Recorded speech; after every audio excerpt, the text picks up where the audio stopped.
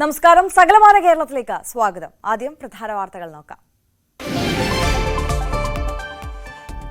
ചങ്ങനാശ്ശേരി തൃക്കൊടിത്താനത്ത് 2 കുട്ടികൾ മുങ്ങി മരിച്ചു. അപകടം പാറക്കുളത്തിൽ കുളിക്കാനിറങ്ങവേ. തൃശൂർ, പാലക്കാട് ജില്ലകളിൽ നേരിയ ഭൂചലനം. റിക്ടർ സ്കെയിലിൽ 3 തീവ്രത രേഖപ്പെടുത്തി. വീടിന്റെ ഭിത്തിക്കും തറയ്ക്കും വിള്ളൽ.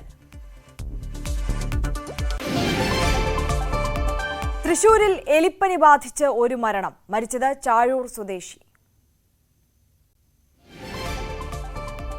നാദാപുരം പഞ്ചായത്ത് ഭരണസമിതി യോഗത്തിൽ കയ്യാങ്കളി. 2 അംഗങ്ങൾക്ക് പരുക്ക്. സംസ്ഥാനത്ത് പച്ചക്കറി വില കുതിക്കുന്നു. തമിഴ്നാട്ടിൽ ഉൽപാദനം കുറഞ്ഞുവെന്ന് വ്യാപാരികൾ. പാലക്കാട് വേലന്താവളം മാർക്കറ്റിൽ പച്ചക്കറി വരവ് കുറഞ്ഞു.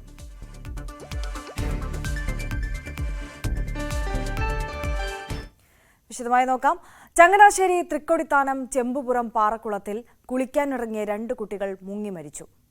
പൊൻപുഴക്കുന്നിൽ താമസിക്കുന്ന 10ാം ക്ലാസ് വിദ്യാർത്ഥി ആദർശ്, 6ാം ക്ലാസ് വിദ്യാർത്ഥി അഭിനവ് എന്നിവരാണ് മരിച്ചത്. ഉച്ചയ്ക്ക് 12 മണിയോടെയാണ് 2 കുട്ടികളും ഇവിടെ എത്തിയത്. ഇവർ മുങ്ങിത്താഴുന്നത് കണ്ട നാട്ടുകാർ വിവരം പോലീസിലും അഗ്നിരക്ഷാ സേനയിലും അറിയിക്കുകയായിരുന്നു.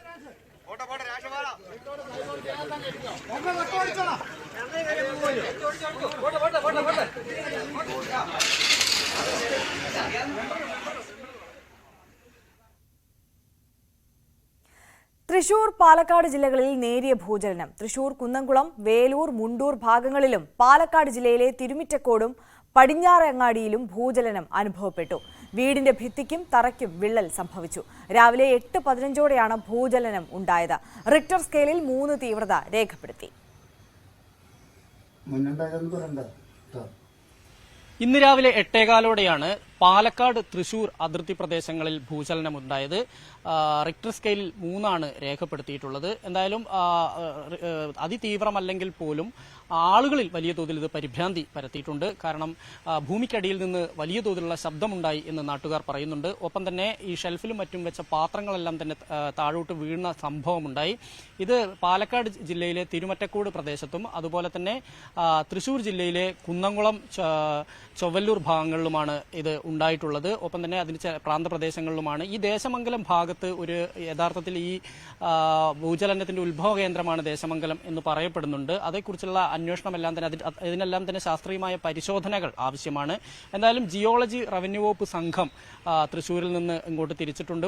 അത് പരിശോധന നടത്തിയ ശേഷം മാത്രമായിരിക്കും തുടർന്ന് ഇതേക്കുറിച്ച് ആധികാരികമായി പറയാൻ കഴിയൂ എന്നാണ് അധികൃതർ പറയുന്നത്. എന്തായാലും മുമ്പും ചെറിയ തോതിൽ ഈ ദേശമംഗലം ഭാഗത്തൊക്കെ ഇത്തരത്തിൽ ഭൂചലനം ഉണ്ടായിട്ടുണ്ട്. എന്തായാലും ഇന്ന് രാവിലത്തെ അപ്രതീക്ഷിതമായി ഉണ്ടായ ഭൂചലനത്തിൽ നിന്ന് വിറങ്ങലിച്ച് നിൽക്കുകയാണ് ഇപ്പോഴും ആളുകൾ. കാരണം ഈ ഭൂമിക്കടിയിൽ നിന്നുണ്ടായ ശബ്ദമാണ് യഥാർത്ഥത്തിൽ ആളുകളെ കൂടുതൽ പരിഭ്രാന്തരാക്കിയത്. എന്തായാലും വേറെ അനിഷ്ട സംഭവങ്ങളൊന്നുമില്ല. വേറെ പ്രശ്നങ്ങൾക്ക് വേറെ ആശ്വാസകരമാണ് കാര്യങ്ങൾ എന്ന് തന്നെയാണ് അധികൃതർ പറയുന്നത്. വേറെ വലിയ തോതിലുള്ള സാധ്യതകളൊന്നുമില്ല. എന്തായാലും ഇതിന്റെ ഒരു വിശദമായ അല്ലെങ്കിൽ ശാസ്ത്രീയമായ പരിശോധന നടത്തിയാൽ മാത്രമായിരിക്കും മറ്റു കാര്യങ്ങൾ വ്യക്തമാവുകയുള്ളൂ എന്നും അധികൃതർ പറയുന്നു. എസ് വിനേഷ് കുമാറിന്റെ റിപ്പോർട്ടാണ് കണ്ടത്. തൃശൂരിൽ എലിപ്പനി ബാധിച്ച് 1 മരണം. ചാഴൂർ സ്വദേശി ശിവരാമനാണ് മരിച്ചത്. തൃശൂർ മെഡിക്കൽ കോളേജ് ആശുപത്രിയിൽ ചികിത്സയിലിരിക്കെ ഇന്ന് രാവിലെയാണ് മരണം സംഭവിച്ചത്.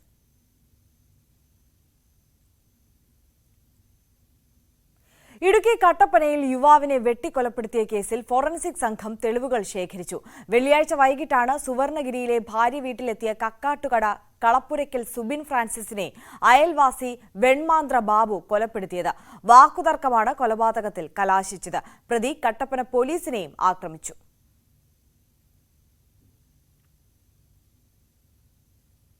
കോഴിക്കോട് നാദാപുരം പഞ്ചായത്ത് ഭരണസമിതി യോഗത്തിൽ കയ്യാങ്കളി. വൈസ് പ്രസിഡന്റ് രാജിവെക്കണമെന്നാവശ്യപ്പെട്ട് LDF പഞ്ചായത്ത് ഓഫീസിനകത്തും പുറത്തും നടത്തിയ പ്രതിഷേധത്തിനിടെയാണ് കയ്യാങ്കളി സംഭവിച്ചത്. സംഘർഷത്തിൽ 2 വനിതാ അംഗങ്ങൾക്ക് പരിക്കേറ്റു. മുസ്ലിം ലീഗ് വാർഡ് അംഗം സുമയ്യ പട്ടത്തിൽ, CPM അംഗം നിഷ മനോജ് എന്നിവർക്കാണ് പരിക്കേറ്റത്.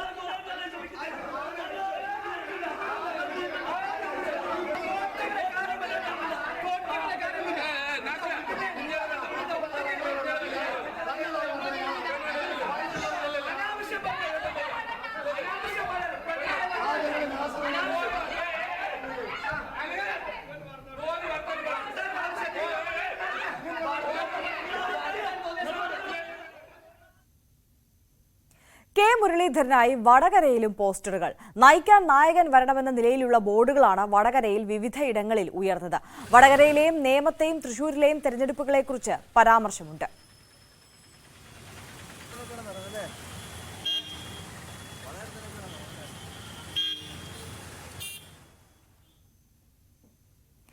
പാലക്കാട് കുമ്പിടി ആനക്കരയിൽ നിയന്ത്രണം വിട്ട കാർ ബൈക്ക് ഷോറൂമിലേക്ക് ഇടിച്ചു കയറി ഒരാൾക്ക് പരിക്ക്. കുമ്പിടി ആനക്കര റോഡിൽ പന്നിയൂർ ക്ഷേത്രത്തിന് സമീപമാണ് അപകടം. അമിത വേഗതയിൽ വന്ന കാറ് ഷോറൂമിലേക്ക് ഇടിച്ചു കയറുകയായിരുന്നു. ഷോറൂമിൽ നിർത്തിയിട്ട 10ഓളം പുതിയ ബൈക്കുകൾ തകർന്നു.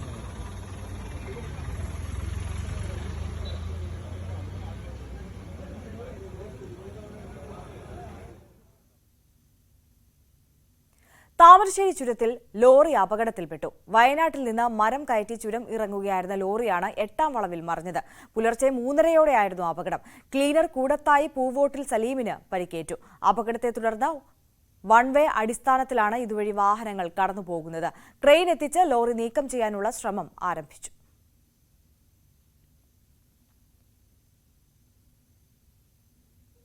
മൂവാറ്റുപുഴയിൽ നിയന്ത്രണം നഷ്ടപ്പെട്ട തടി ലോറി വൈദ്യുത പോസ്റ്റിലിടിച്ച് തലകീഴായി മറിഞ്ഞുണ്ടായ അപകടത്തിൽ ഒരാൾ മരിച്ചു.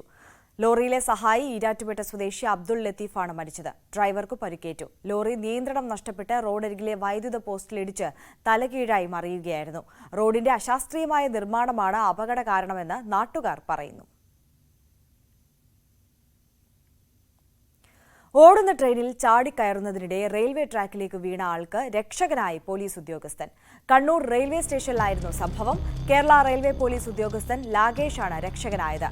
പോർബന്തറിലേക്ക് യാത്ര ചെയ്യുകയായിരുന്നു അഹമ്മദാബാദ് സ്വദേശിയാണ് രക്ഷപ്പെടുത്തിയത്.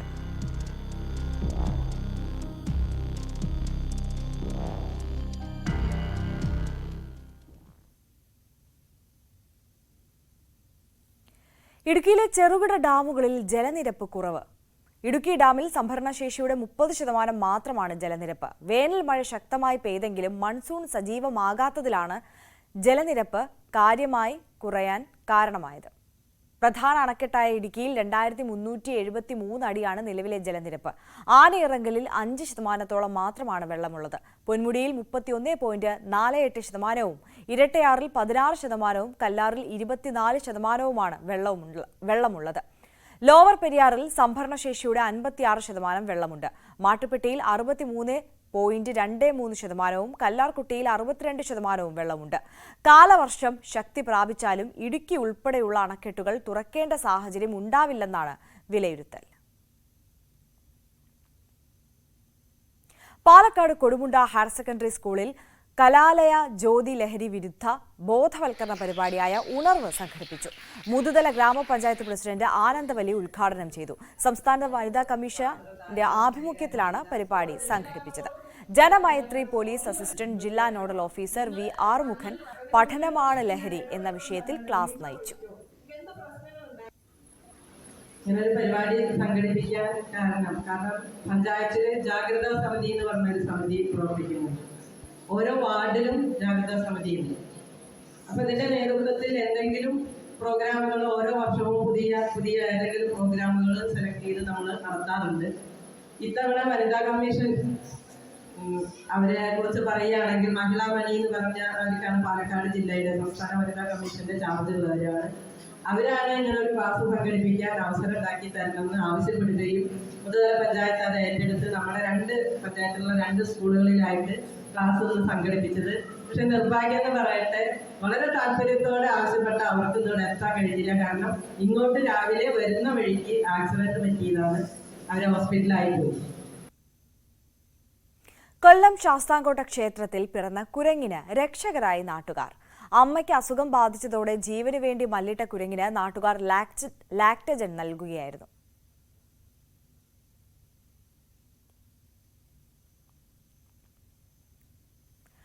കുവൈത്തിലെ ലേബർ ക്യാമ്പിലെ അപകട വാർത്തയുടെ ഞെട്ടൽ ഇനിയും വിട്ടുമാറാതെ കണ്ണൂർ മാത്തിൽ സ്വദേശി സേതു. ഏതാനും മാസങ്ങൾക്ക് മുൻപാണ് അപകടം നടന്ന ക്യാമ്പിലെ താമസക്കാരനായ സേതു നാട്ടിലേക്ക് എത്തിയത്. മരണപ്പെട്ടവരെല്ലാം അടുത്ത സുഹൃത്തുക്കളായിരുന്നുവെന്ന് സേതു ന്യൂസ് 18നോട് പറഞ്ഞു.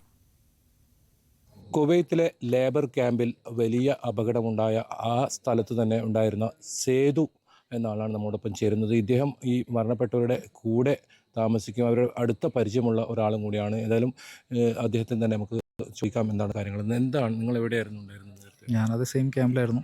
ഇപ്പോൾ ലീവിന് വന്നതാണ്. ഈ ഇപ്പോൾ മരണപ്പെട്ടവരെ ആരൊക്കെ നിങ്ങൾക്ക് അറിയാം? എങ്ങനെയാണ് ബന്ധം? എല്ലാവരും കാണുന്നതാണ്. കൂടെ വർക്ക് ചെയ്ത് 2-3 പേരുണ്ടായിരുന്നു. എല്ലാവരും പരിചയമില്ല, സ്ഥിരം കാണുന്നവരാണ്. ഓഫീസിലായാലും ക്യാമ്പിലായാലും കാണുന്നവരാണ്. നിങ്ങൾക്ക് ഈ അപകടത്തെക്കുറിച്ച് എന്തെങ്കിലും വിവരം കിട്ടിയോ? ഇത് എങ്ങനെയാണ് ഈ അപകടം ഉണ്ടായത്? അപകടത്തെക്കുറിച്ച് അവിടുന്ന് പറഞ്ഞിരുന്നു ഷോർട്ട് സർക്യൂട്ട് ആണെന്ന് പറയുന്നത്. അങ്ങനെ ഉണ്ടായത് ഫയറിലുണ്ടായതാണെന്ന് പറഞ്ഞു. പകലും പുക ശ്വസിച്ചിട്ട് പറ്റിപ്പോയതാണ്. നിങ്ങളിവിടെ ഉണ്ടായ ആളെന്ന നിലയ്ക്ക് എങ്ങനെയാണ് ഇവിടുത്തെ സാഹചര്യങ്ങൾ എങ്ങനെയാണ്? നാട്ടിലുണ്ടായത് അവിടെ കുഴപ്പമില്ല, നല്ല ക്യാമ്പും കാര്യങ്ങളും. കമ്പനി എല്ലാവരും ലേബേഴ്സിനോട് നല്ല രീതിയിലാണ് പെരുമാറുന്നത്. അങ്ങനെ നമുക്കങ്ങനെ വലിയ ബുദ്ധിമുട്ടൊന്നുമില്ല. കമ്പനി എല്ലാം ഹെൽപ്ഫുള്ളാണ് ആൾക്കാരോട്. നിങ്ങളിപ്പോൾ എത്ര കാലമായി വന്നിട്ട്? ഇനി എങ്ങനെ തിരിച്ചു പോകാൻ നിന്നതാണോ എന്താണ് എങ്ങനെയാണ്? ഞാൻ 3 മാസമായി വന്നിട്ട്. ഈ മാസം 27 തിരിച്ചു പോകേണ്ടായിരുന്നു. ഇപ്പോൾ എന്ത് ഈ സംഭവം അറിഞ്ഞതിന് ശേഷമുള്ള ഒരു എങ്ങനെയായിരുന്നു നിങ്ങളുടെ മാനസികാവസ്ഥ? നമുക്ക് ഭയങ്കര ഷോക്കായിരുന്നു. എല്ലാവരും കൂടെ വർക്ക് ചെയ്യുന്നവരെല്ലാം ഈ ഒരു അപകടത്തിൽ പെട്ടുകൊണ്ട് നമുക്കൊരു ഷോക്കായിരുന്നു. അത് 2 മാസമായി ഉറങ്ങിയിട്ട് ഇതിൻ്റെ പുറകെ തന്നെയായിരുന്നു, ഫോൺ വിളികളും എല്ലാമായിട്ട്. തിരിച്ചു പോകാൻ നിന്നാണോ അങ്ങോട്ടേക്ക്? തിരിച്ചു പോകുന്നതാണ് 27-ന്. അതിപ്പോൾ ഇനിയിപ്പം ഇങ്ങനെ ആയതുകൊണ്ട് പെട്ടെന്ന് നടക്കും തോന്നുന്നില്ല. കമ്പനി കുറച്ച് ഇഷ്യൂസ് ഉണ്ടാവുമല്ലോ. എന്തായാലും ആ ഒരു ഞെട്ടലിൽ നിന്നും ഇദ്ദേഹം ഇപ്പോഴും മുക്തനായിട്ടില്ല. KB Baiju, news 18, Kasaragod. കണ്ണൂരിൽ പോലീസ് കസ്റ്റഡിയിലെടുത്ത ഓട്ടോ ഡ്രൈവർ കുഴഞ്ഞു വീണ് മരിച്ചു. ചിറക്കൽ സ്വദേശി സൂരജാണ് മരിച്ചത്. ഇന്നലെ രാത്രിയാണ് സൂരജിനെ കസ്റ്റഡിയിലെടുത്തത്. ഇടച്ചേരിയിൽ നാട്ടുകാർ തടഞ്ഞുവെച്ച് പോലീസിൽ ഏൽപ്പിക്കുകയായിരുന്നു. അട്ടപ്പാടി പുളിയപതിയിൽ നിന്നും പരിക്കുകളോടെ പിടികൂടിയ പുലിയെ വിദഗ്ധ ചികിത്സയ്ക്കായി ധോണിയിലെത്തിച്ചു. സ്വകാര്യ തോട്ടത്തിൽ നിന്ന് കഴിഞ്ഞ ചൊവ്വാഴ്ച പിടികൂടിയ പുലിയെ സൈലന്റ് വാലിയിൽ വിടാനായിരുന്നു വനംവകുപ്പ് തീരുമാനം. എന്നാൽ ആരോഗ്യസ്ഥിതി വഷളായതിനെ തുടർന്നാണ് ധോണിയിലേക്ക് മാറ്റിയത്. കാസർഗോഡ് നായാട്ട് സംഘം പിടിയിൽ. റാണിപുരത്ത് വനംവകുപ്പ് നടത്തിയ പരിശോധനയിലാണ് ഇവർ പിടിയിലായത്. കോളിച്ചാൽ സ്വദേശികളായ ജെന്റിൽ ജോർജ്, അജു മാത്യു, പനത്തടി സ്വദേശികളായ ജോസ് ജോസഫ്, സോണി തോമസ്, റിച്ചാർഡ് എൽദോസ് എന്നിവരാണ് പ്രതികൾ. ഇവരിൽ നിന്ന് തോക്കും തിരകളും ജീപ്പും പിടിച്ചെടുത്തു. മലയോരത്ത് നായാട്ട് സംഘങ്ങൾ സജീവമാണെന്ന ആക്ഷേപം നിലനിൽക്കെയാണ് പ്രതികൾ പിടിയിലാകുന്നത്. അടുത്തിടെ പിടികൂടുന്ന 6ാമത്തെ നായാട്ട് സംഘമാണിത്. കൊല്ലം കരിക്കകത്ത് MC റോഡിന്റെ അരികിലുള്ള തണൽ മരം മുറിക്കുന്നതിനെതിരെ പരിസ്ഥിതി പ്രവർത്തകൻ. തിരുവനന്തപുരം സ്വദേശിയും റിട്ടയർഡ് പ്രൊഫസറുമായ ജോസ് കുമാറാണ് പ്രതിഷേധവുമായി രംഗത്ത് വന്നത്. കാർ മരത്തിന്റെ ചുവട്ടിൽ പാർക്ക് ചെയ്ത്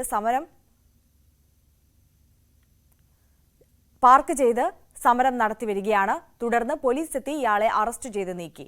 100 വർഷത്തിലധികം പഴക്കമുള്ള കൂറ്റൻ എലിവ് മരമാണ് റോഡരികിൽ നിന്നും KSTP അധികൃതർ മുറിച്ചു മാറ്റുന്നത്. അപകട ഭീഷണി ആരോപിച്ച് സ്വകാര്യ വ്യക്തി നൽകിയ പരാതിയെ തുടർന്നായിരുന്നു തീരുമാനം.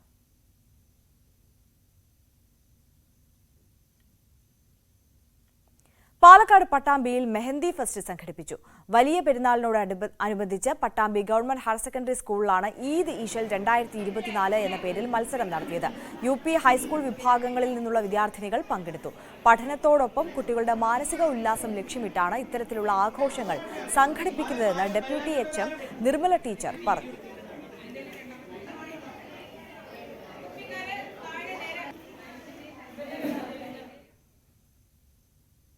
ബക്രീദ് ആഘോഷത്തിൽ വിദ്യാർത്ഥികൾക്കും അധ്യാപകർക്കും സർപ്രൈസ് ഒരുക്കി സ്കൂൾ പ്രിൻസിപ്പൽ. വണ്ടൂർ ഓട്ടൺ സ്കൂൾ പ്രിൻസിപ്പലാണ് ഡോക്ടർ NB ദിവ്യ. തന്റെ 50ാം വയസ്സിൽ 10ാം ക്ലാസ് വിദ്യാർത്ഥികൾക്കൊപ്പം പുതുമണവാട്ടിയായി സർപ്രൈസ് ഒരുക്കിയത്.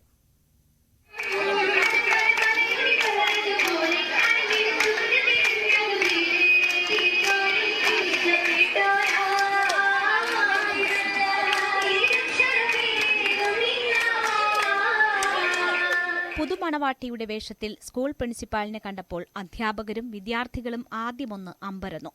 സാധാരണ കാണുന്ന ഭാവത്തിൽ നിന്നും വ്യത്യസ്തമായി മുഖത്ത് പുഞ്ചിരിയും അല്പം നാണത്തോടെയുമാണ് പ്രിൻസിപ്പാൾ കുട്ടികൾക്ക് മുന്നിലെത്തിയത്. ആഘോഷങ്ങളിൽ കുട്ടികൾക്കൊപ്പം ചേരുക എന്ന ലക്ഷ്യത്തോടെയാണ് പ്രിൻസിപ്പൽ അധ്യാപകരോട് പോലും പറയാതെ സർപ്രൈസ് ഒരുക്കിയത്. ഈ പ്രാവശ്യത്തെ ബക്രീദ് ഓട്ടൻ സ്കൂളിൽ ആഘോഷിക്കുന്നതിന് ഒരു പ്രത്യേകതയുണ്ടെന്ന് എനിക്ക് തോന്നി. കുട്ടികളുടെ കൂടെ ഇറങ്ങിക്കൊണ്ട് തന്നെ ആ ബക്രീദ് ആഘോഷിക്കാമെന്ന് തോന്നി. എൻ്റെ കൂടെ ഉള്ളത് 10ാം ക്ലാസ്സിൽ പഠിക്കുന്ന കുട്ടികളാണ്. അവരെന്നോട് വന്ന് പറഞ്ഞു, മാഡം മണവാട്ടി ആവോ എന്ന് ചോദിച്ചപ്പോൾ ഞാൻ ഒന്നും തന്നെ ആലോചിക്കാതെയാണ് ഞാൻ മണവാട്ടി ആവാം എന്ന് പറഞ്ഞത്. പിന്നെ എൻ്റെ ടീച്ചേഴ്സ് തന്നെയാണ് എന്നെ ഒരുക്കി തന്നിട്ടുള്ളത്. എന്തായാലും ഇതൊരു വെറൈറ്റി ആവട്ടെ എന്ന് ഞാൻ ആഗ്രഹിക്കുന്നു. പ്രിൻസിപ്പാളിന്റെ സർപ്രൈസ് വേഷപ്പകർച്ചയിൽ കുട്ടികളും അധ്യാപകരും അത്ഭുതപ്പെട്ടിരിക്കെ ബക്രീദ് ആഘോഷം വർണ്ണാഭമാക്കിയതിന്റെ ആവേശത്തിലാണ് പ്രിൻസിപ്പൽ ഡോക്ടർ NP ദിവ്യ. ന്യൂസ് 18 മലപ്പുറം. ഇടവേള.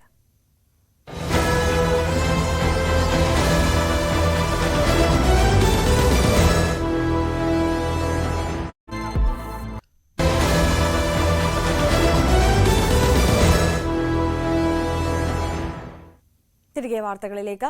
പാലക്കാട് മെഡിക്കൽ കോളേജ് യാഥാർത്ഥ്യമാക്കണമെന്നാവശ്യപ്പെട്ട് സംയുക്ത വിദ്യാർത്ഥി സംഘടന നടത്തുന്ന അനിശ്ചിതകാല സമരം ഇന്ന് 4ാം ദിവസത്തിൽ. മെച്ചപ്പെട്ട പഠന സൗകര്യം ഒരുക്കണമെന്നാവശ്യപ്പെട്ടാണ് SFI അടക്കമുള്ള സംഘടനകൾ സമരരംഗത്തുള്ളത്. അടിസ്ഥാന സൗകര്യം ഒന്നുമില്ലെന്നും വിദ്യാർത്ഥികൾ പരാതി പറയുന്നു. 10 വർഷം മുൻപ് ആരംഭിച്ച മെഡിക്കൽ കോളേജിൽ താൽക്കാലിക നിയമനം മാത്രമാണ് നടന്നത്. പാലക്കാട് മെഡിക്കൽ കോളേജിനോട് സർക്കാർ പകപോക്കുകയാണെന്ന് സംശയിക്കുന്നതായി VK ശ്രീകണ്ഠൻ MP ആരോപിച്ചു. പാലക്കാട് മെഡിക്കൽ കോളേജിലെ പഠന നിലവാരം ഉയർത്തണമെന്നാവശ്യപ്പെട്ടുകൊണ്ട് സംയുക്ത വിദ്യാർത്ഥി സംഘടനകളുടെ നേതൃത്വത്തിൽ നടക്കുന്ന സമരം 4ാം ദിവസത്തിലേക്കും SFIയുടെ നേതൃത്വത്തിൽ നടക്കുന്ന സമരം ഇന്ന് 5ാം ദിവസത്തിലും എത്തി നിൽക്കുന്നു. സമരം വരും ദിവസങ്ങളിൽ ശക്തമാക്കാൻ തന്നെയാണ് വിദ്യാർത്ഥി സംഘടനകളുടെ തീരുമാനം. അതായത് 10 വർഷം മുമ്പ് മെഡിക്കൽ കോളേജ് ആരംഭിച്ചെങ്കിലും യാതൊരു വിധത്തിലുള്ള സൗകര്യങ്ങളിലുള്ള പഠന നിലവാരം മെച്ചപ്പെടുത്തുന്ന രീതിയിലുള്ള ഇൻഫ്രാസ്ട്രക്ചർ, അടിസ്ഥാന സൗകര്യങ്ങളില്ല എന്ന് തന്നെയാണ് വിദ്യാർത്ഥികൾ പറയുന്നത്.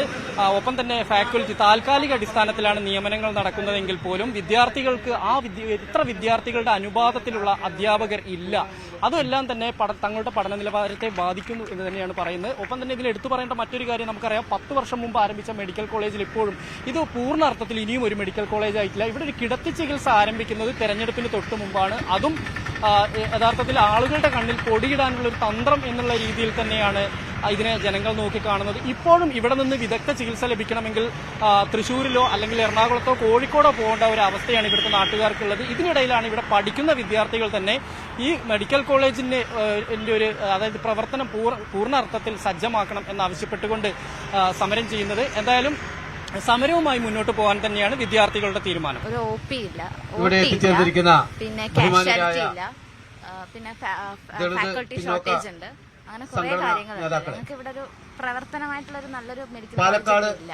എല്ലാരും കൂടി ഞങ്ങൾക്ക് സെറ്റാക്കി തന്നാല്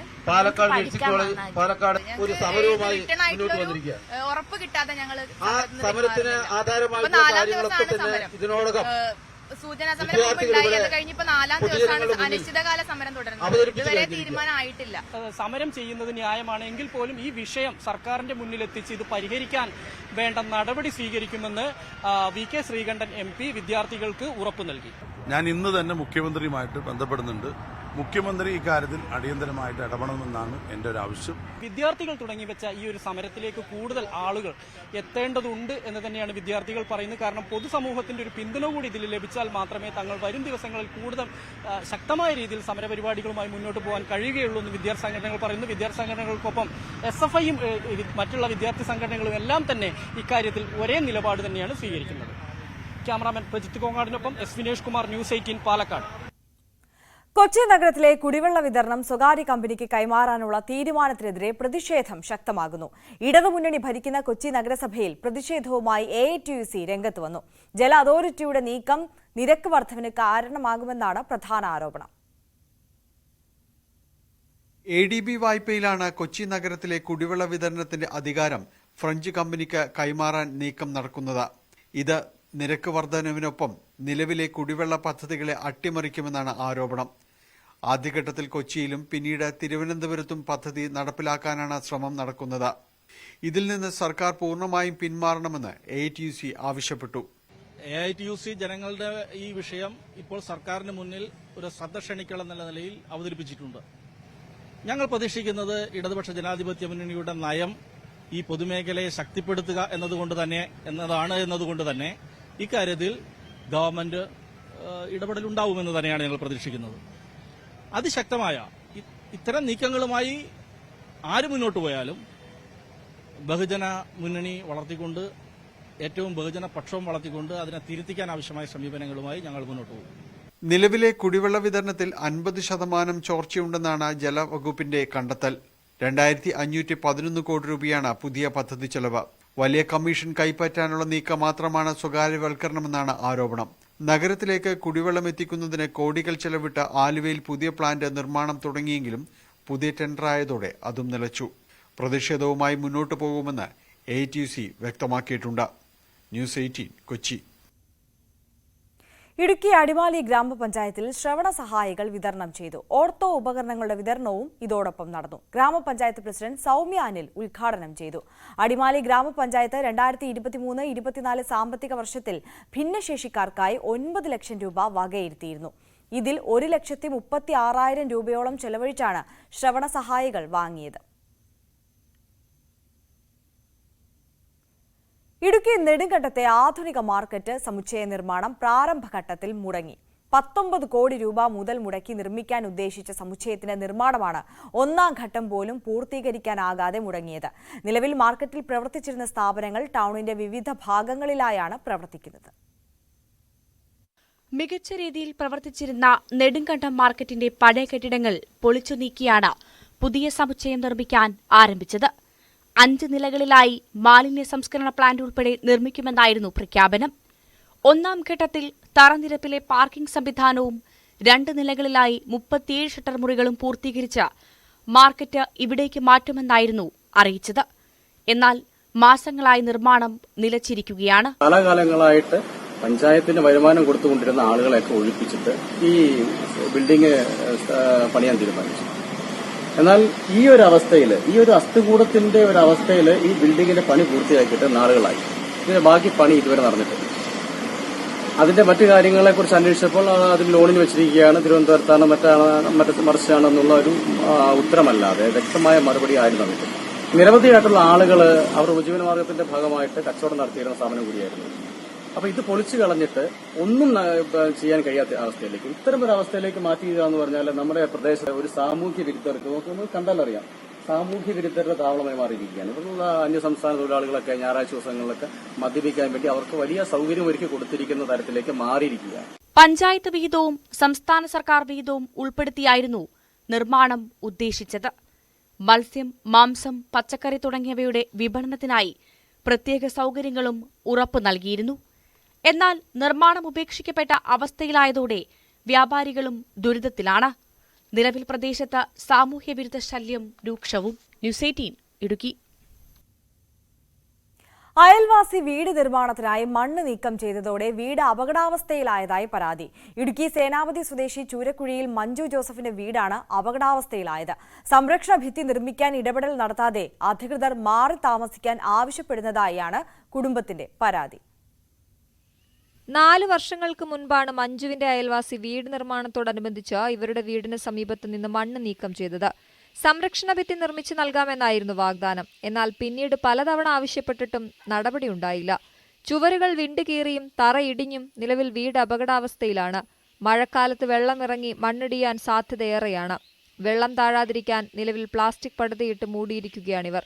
സംരക്ഷണ ഭിത്തി നിർമ്മിച്ചു നൽകണമെന്നാവശ്യപ്പെട്ട് ഇവർ നവകേരള സദസ്സിലും കളക്ടർക്കും പഞ്ചായത്തിലും പരാതി നൽകിയിരുന്നു.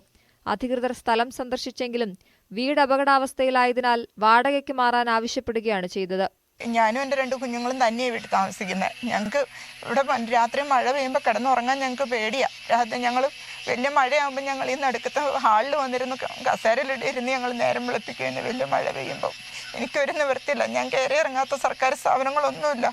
പഞ്ചായത്തിലും വില്ലേജിൽ നിന്നൊക്കെ ആൾ വന്നു. ഞാൻ മുഖ്യമന്ത്രിക്ക് പരാതി കൊടുത്തിട്ടുണ്ടായിരുന്നു. അതിൻ്റെ പേരിൽ മിനിഞ്ഞാന്ന് ഇവിടെ AE വന്ന അന്വേഷണത്തിന് വന്നിട്ട് പോയി.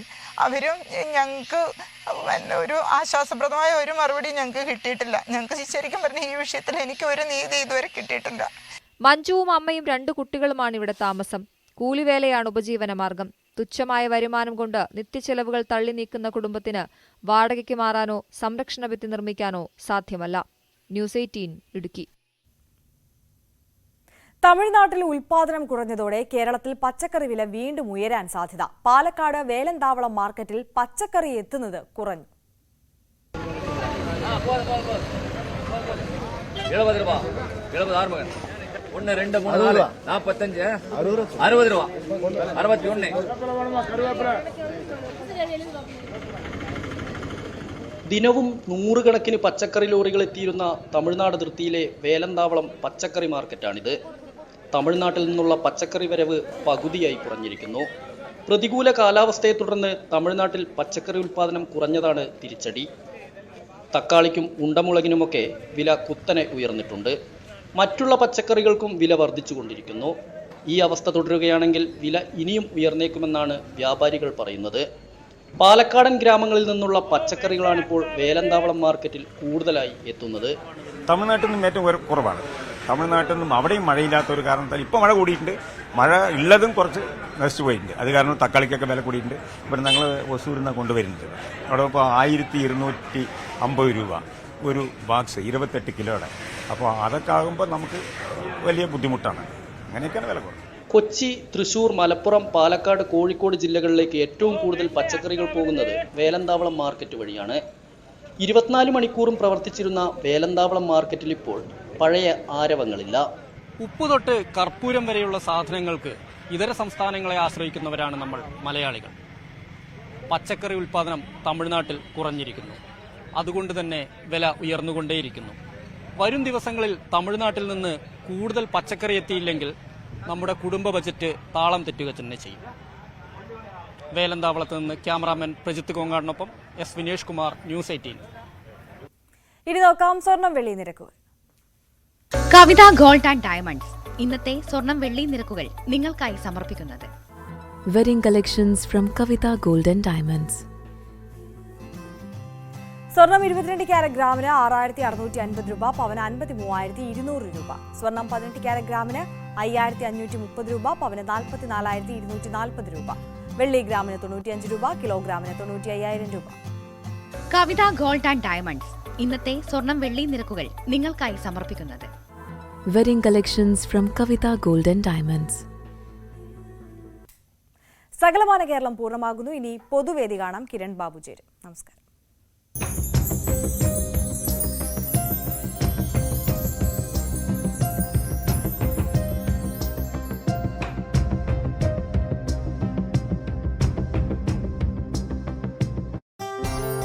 ന്യൂസ്